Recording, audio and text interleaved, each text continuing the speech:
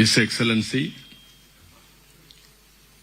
Ambassador of India in Switzerland, respected Sri Mridul Kumar Garu, Gaurava Mantrivarga Sabhyulu,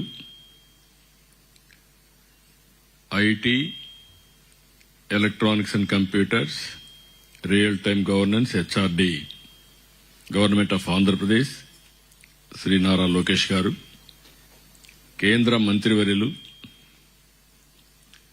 అది కూడా ముందే చెప్పాడు చాలా గ్లామరస్ పోర్ట్ఫోలియో అని. గ్లామరస్ పోర్ట్ఫోలియో ఎన్ఆర్ఐస్ అందరికీ కనెక్ట్ చేయగలిగిన రోజున ఎక్కడ ప్రపంచంలో తెలుగు వాళ్ళు ఉన్నా రావాలంటే ఈజీగా రావడానికి లాజిస్టిక్స్ ప్రొవైడ్ చేయాల్సిన బాధ్యత మీ మీద ఉంది.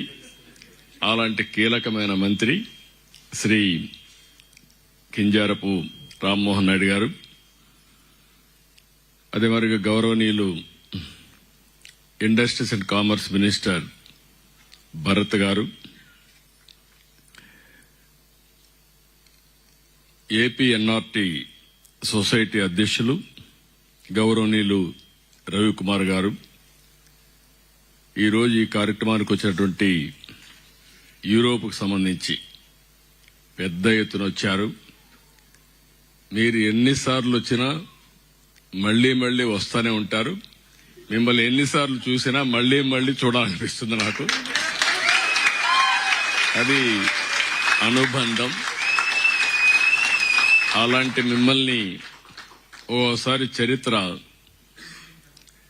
నేను జూరిక్కి 95 నుంచి వస్తున్నా. వరల్డ్ ఎకనామిక్ ఫోరంకు రావాలని ఆలోచించింది మొట్టమొదటి పాలిటీషియన్ నేనే అనుకుంటాను, ఒక చీఫ్ మినిస్టర్గా. అప్పటి నుంచి వస్తే అప్పుడు ఎవరు ఇక్కడ తెలుగు వాళ్లే లేరు, ఇండియన్స్ కూడా తక్కువ ఉన్నారు, అసలు తెలుగు వాళ్ళు లేని పరిస్థితి. అలాంటిది ఈరోజు మిమ్మల్ని చూస్తామంటే విజయవాడలో ఉన్నామా, విశాఖలో ఉన్నామా, తిరుపతిలో ఉన్నామా, ఎక్కడున్నాం అర్థం కాకుండా ఉంది. ఎక్కడ పోయినా మీ అభిమానం చూస్తే నా జీవితంలో ఎన్ని జన్మలెత్తి మీకు సేవ చేసినా మీ రుణం తీర్చుకోలేం. అలాంటి మీ అందరికీ మనస్ఫూర్తిగా అభినందనలు. 20 దేశాల నుంచి వచ్చారు. యూకే, యునైటెడ్ కింగ్డమ్ నుంచి వచ్చారు. జర్మనీ సోదరులైతే ఉదయం నుంచి చూస్తున్న అభ్యాసం వదిలిపెట్టలేదు వాళ్ళు.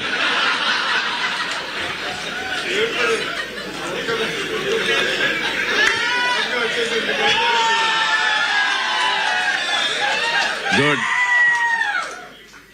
ఒకప్పుడు నేను ఐర్లాండ్కి వచ్చాను కానీ ఒక్కరు కనపడలా ఆ రోజు. ఈరోజు ఐర్లాండ్ లో చూస్తే ఏ పాష్ లొకాలిటీకి పోయి గట్టిగా తెలుగులో మాట్లాడితే 1000 మంది జాయిన్ అయిపోయే పరిస్థితికి వచ్చారు, 100 మంది. ఇదే మాదిరిగా స్వీడన్, చేలిపైకెత్తండి, స్వీడన్ వాళ్ళు చేలిపైకెత్తండి. అదే మరి Netherlands, Italy, France, Switzerland, Denmark, Norway, Finland, Belgium, Africa, Poland, Spain, Malta, Latvia, Cyprus, Portugal, Luxembourg, అన్ని దేశాల్లో తెలుగు వాళ్ళు ఉన్నారంటే చాలా సంతోషం. ఇప్పుడే అడిగాను, ఎన్ఆర్టీకి ఎంతమంది మెంబర్షిప్ ఉందంటే 2 లక్షల మంది మెంబర్షిప్ కలిగిన వ్యవస్థ ఎన్ఆర్టీ అని చెప్పి కూడా నేను మీకు తెలియజేస్తున్నాను. 148 దేశాల్లో ఎన్ఆర్టీ వ్యవస్థ ఉంది. ఇప్పుడు 195 దేశాలు, 195 దేశాల్లో తెలుగు వాళ్ళు ఉన్నారు కానీ ఎన్ఆర్టీ ఉండేది మాత్రం 148 దేశాల్లో ఉంది. తొందరలోనే మిగిలిన 47 దేశాల్లో కూడా ఎన్ఆర్టీ వ్యవస్థ ఏర్పాటు చేయాలి. ప్రపంచం మొత్తం అన్ని దేశాల్లో ఉండే ఏకైక వ్యవస్థ ఎన్ఆర్టీగా ఉండాలని చెప్పి మరొక్కసారి విజ్ఞప్తి చేస్తున్నా. ఈరోజు మిమ్మల్ని అందరినీ చూస్తే 40 లక్షల మంది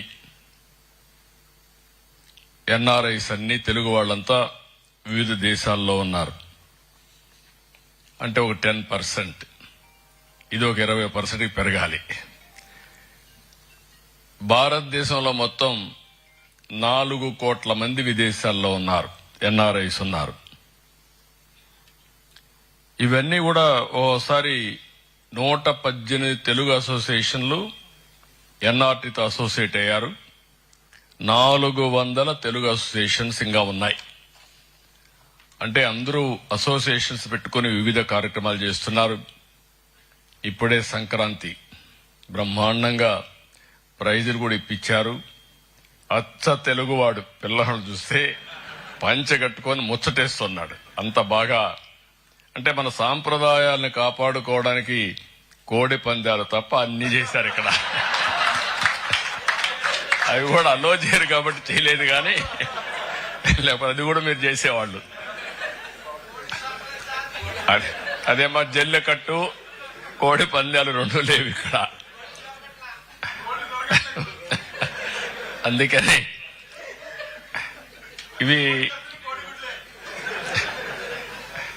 ఇవన్నీ చూసినప్పుడు చాలా సంతోషం.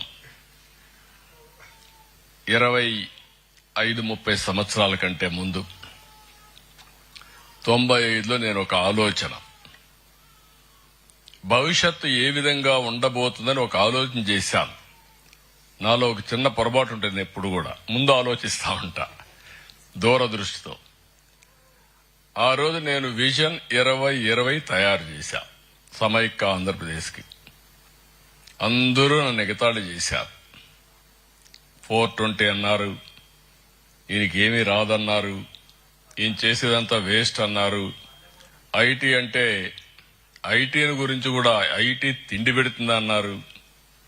కానీ ఈరోజు మిమ్మల్ని చూస్తే నా ఒక్క పబ్లిక్ పాలసీ, ఐటీని ప్రమోట్ చేయాలనుకున్న నిర్ణయం ఈరోజు ప్రపంచంలో 195 దేశాల్లో తెలుగు వాళ్ళు ఉన్నారంటే అది ఆ రోజు తీసుకున్న ఒక్క నిర్ణయం. ఇలాంటి అనేక నిర్ణయాలు చేశాం. ఎప్పుడు కూడా మీరు గుర్తుపెట్టుకోవాల్సింది, ఒక పబ్లిక్ పాలసీ ఒక డెడ్లీ కాంబినేషన్. పబ్లిక్ పాలసీ చేయడమే కాదు, దాన్ని అమలు చేయాలి, ఎగ్జిక్యూషన్ కూడా చేయాలి. ఈరోజు మీరు ఒక్కసారి చూస్తే ఇండియాకు కొన్ని అడ్వాంటేజెస్. ఒకటి, ఆర్థిక సంస్కరణలు 1991లో ప్రారంభించాం. That is the biggest advantage. అది కూడా ప్రారంభించింది మన తెలుగు బిడ్డ పివి నరసింహరావు గారు. దేశానికి ఒక దశ దిశ నిర్దేశించాం. ఆ తర్వాత మీరు చూస్తే సరే, ఇప్పుడే అందరూ మాట్లాడారు.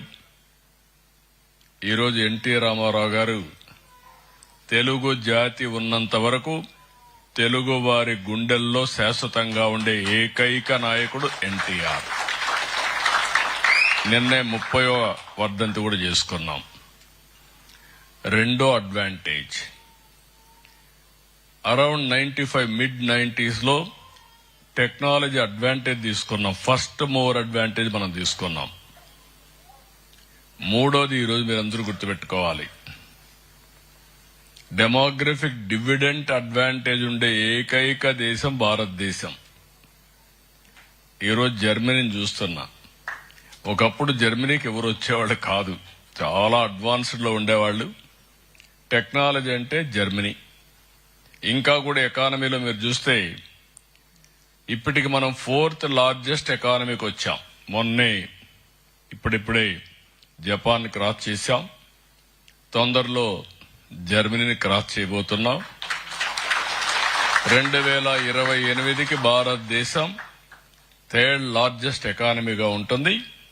2038కి భారతదేశం 2nd లార్జెస్ట్ ఎకానమీ అవుతుంది. 2047కి మీరు గుర్తుపెట్టుకోండి, నెంబర్ 1 ఎకానమీ కావాలనేది మనందరి ఆలోచన, ధ్యేయం. ఇది చూసినప్పుడు ఆ రోజు తీసుకున్న నిర్ణయాలు, ఈ రోజు ఇంకొక పక్కన ఇండియాకు ఒక స్ట్రాంగ్ లీడర్షిప్ ఉంది.